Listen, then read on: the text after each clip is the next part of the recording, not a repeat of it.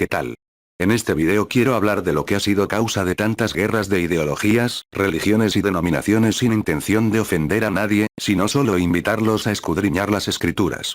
En estos últimos tiempos se ha hablado acerca de que si debemos seguir la ley de Moisés, o vivir solo por la fe en Yeshua, o en ambas cosas.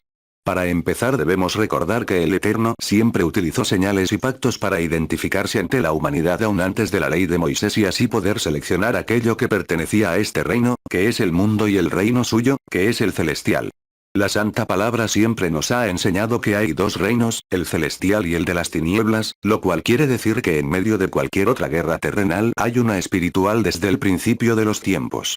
Esto no significa que el Todopoderoso esté todo el tiempo arrojando rayos y centellas a Satanás y Satanás respondiéndole, disputando por el albedrío de la humanidad, sino que esta guerra era para el mismo ser humano. ¿Pero de qué manera? Cuando el Creador hizo al ser humano, lo hizo con la intención de que éste viviera en santidad y dignidad, haciéndose así merecedor de una vida eterna al igual que los ángeles, fundando así su reino de justicia. Pero lamentablemente hubo alguien que había sido creado antes, un poco mayor que el hombre, y que se había revelado en las moradas eternas para después ser echado de ese imperio de justicia y vida y así crear su mismo reino de rebelión y muerte. Por lo tanto, ese reino de justicia tuvo que ser privado del hombre por causa de su pecado, ya que el fruto de sus hechos eran parte del reino de las tinieblas. Por eso Jesús dijo, nadie puede servir a dos señores, porque o aborrecerá a uno y amará al otro, o apreciará a uno y despreciará al otro. Así que esa es la causa del por qué, cuando nos inclinamos más por el pecado, el poder de las tinieblas tiene más fuerza sobre nosotros, pero cuando hacemos el bien, el mal y la muerte eterna no nos toca. Por este motivo la escritura dice que la muerte reinó desde Adán hasta Moisés, debido a que no se tenía un conocimiento de lo que era el pecado, pero sobre todo aquello que nos lo podía hacer ver, que era la ley divina y espiritual. Debemos estar conscientes que ahora nos encontramos en el reino del Satán y que nuestro ser está apegado a sus frutos gracias a la caída de nuestro padre Adán, de modo que estamos propensos a cometer pecado. Pero a diferencia de hoy y antes de Moisés y en tiempos de la ley mosaica es que tenemos una ley que nos puede hacer más perfectos y librarnos eternamente del poder del pecado y la muerte que es dominado por Satanás, y esta ley nos la trajo el Hijo de Elohim, Yeshua, y esto gracias a sus enseñanzas y sacrificio perfecto. Pero bueno, decíamos que el Todopoderoso utilizaba señales y pactos, ¿esto para qué? Para que el príncipe de este reino terrestre pudiese identificar aquello o aquel que era protegido por el Creador. Por ejemplo, la primer señal, aunque no se nombra así, pero cuya relevancia se hace notoria posteriormente, es la que puso el Señor en Adán y Eva, que fue la del sacrificio de animales utilizando sus pieles para protegerlos. Otro es el de Caín, el primer asesino registrado en la Biblia, el cual se le puso una señal para que quien lo viera no le matase, es decir, que el destructor de este mundo no le tocase por cierto tiempo. Esto era debido a que Satanás era el acusador y podía entrar al cielo en ese tiempo para así reclamar lo que le pertenecía. Al igual que en el diluvio, el arco iris fue una señal y pacto para saber que la humanidad ya no moriría con inundación de aguas.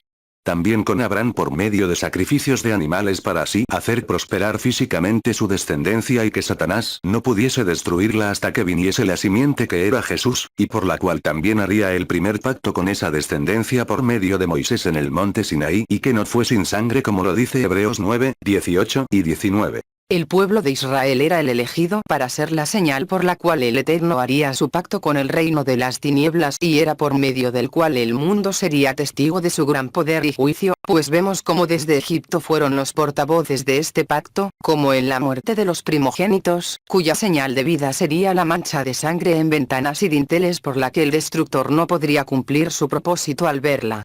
Al igual que en la vara de Moisés extendiéndose sobre Egipto y en el Mar Rojo, o Josué ante su grito en Jericó, la sequía a la voz de Elías, la sanidad de Naamán ante la orden de Eliseo de sumergirse 7 veces en el Jordán, o la aniquilación de un pueblo entregado al maligno solo a la orden dada a Saúl en la cual desobedeció.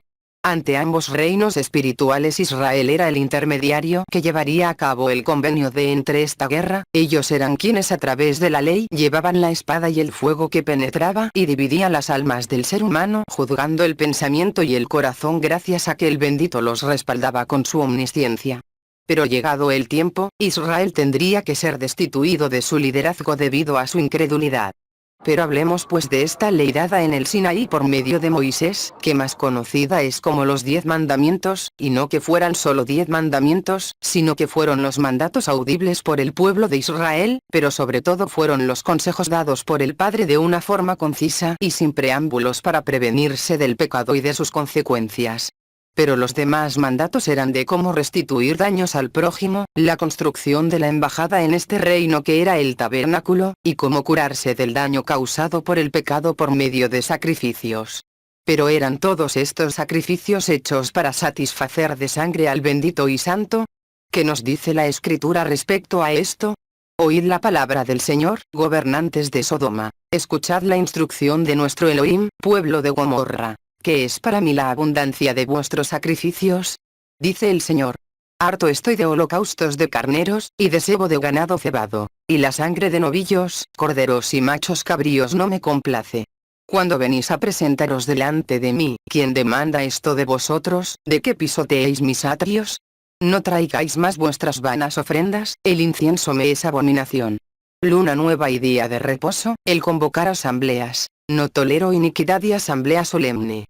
Vuestras lunas nuevas y vuestras fiestas señaladas las aborrece mi alma. Se han vuelto una carga para mí, estoy cansado de soportarlas. Y cuando extendáis vuestras manos, esconderé mis ojos de vosotros. Sí, aunque multipliquéis las oraciones, no escucharé. Vuestras manos están llenas de sangre.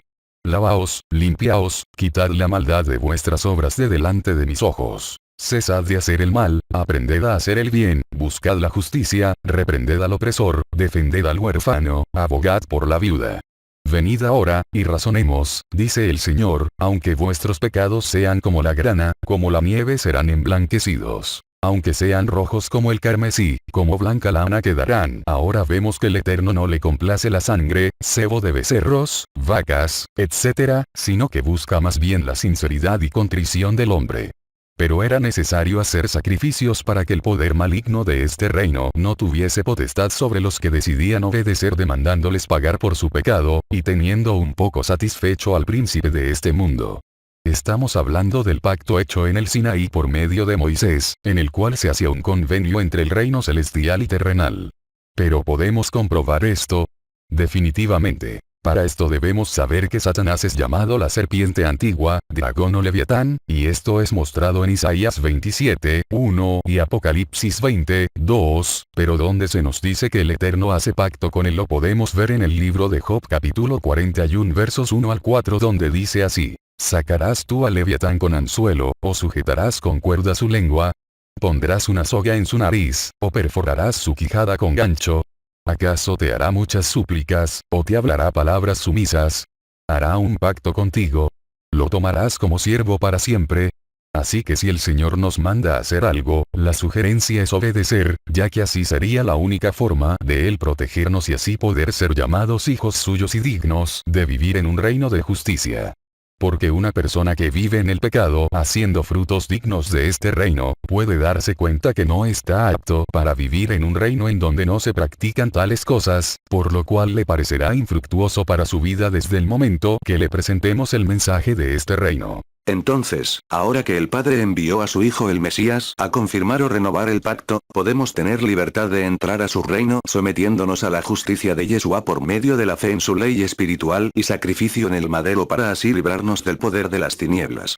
Este pacto ahora era más poderoso, ya que lo venía a ejecutar el mismo Hijo del Bendito, quien es mucho mayor que los ángeles y engendrado del Padre. Él vino a traernos redención, lo cual significa rescatar, liberar, comprar por un precio, y esto puede tener conexión con rescatar de red, atadura, conjuro, o lazar en las que Lucifer y sus demonios tenían a las personas antes y en tiempos de Jesús, y es a la causa de por qué de los enfermos, atormentados y endemoniados, por la falta de conocimiento de la verdad de la cual la Torá fue el ayo o institutriz como lo dice Gálatas 3, 24 y 25, pero que la gente ignoraba ya sea por descuido o deliberadamente. Pero ahora en el pacto ratificado por Jesús la profecía decía: porque este es el pacto que haré con la casa de Israel después de aquellos días, declara el Señor. Pondré mi ley dentro de ellos, y sobre sus corazones la escribiré, y yo seré su Dios y ellos serán mi pueblo. Y no tendrán que enseñar más cada uno a su prójimo y cada cual a su hermano, diciendo: Conoce al Señor, porque todos me conocerán, desde el más pequeño de ellos hasta el más grande, declara el Señor, pues perdonaré su maldad, y no recordaré más su pecado. Por esta causa el mundo antiguo moría irremisiblemente, ya fuera en el pueblo de Israel o en cualquier otro, ya que Lucifer tenía gran poder sobre la humanidad debido a sus lazos o ataduras que él hacía con su hechicería y ocultismo, en lo cual la gente al igual que hoy era atrapada mentalmente. Sí, hoy en día la gente que no obedece a la verdad es atrapada por esa hechicería, o en tiempos modernos podríamos llamar hipnosis, en la cual tanto la iglesia como el mundo incrédulo son cautivos, y esto a través de doctrinas, religión y pseudociencia, la cual ha sido implementada en nuestras mentes desde niños. Y entre los hechizos hechos, el más grande ha sido el heliocentrismo, en donde nada hay para respaldarlo, pero sí desliga al ser humano de su creador, poniéndolo lo más lejos posible de su ser, dando la posibilidad de su inexistencia, y lo liga al materialismo y al príncipe de las tinieblas. Cuando Yeshua vino, dijo que el príncipe de este reino había sido atado, y esto sería por 1000 años, pero que cuando fuera desatado saldría a engañar al mundo. ¿De qué manera?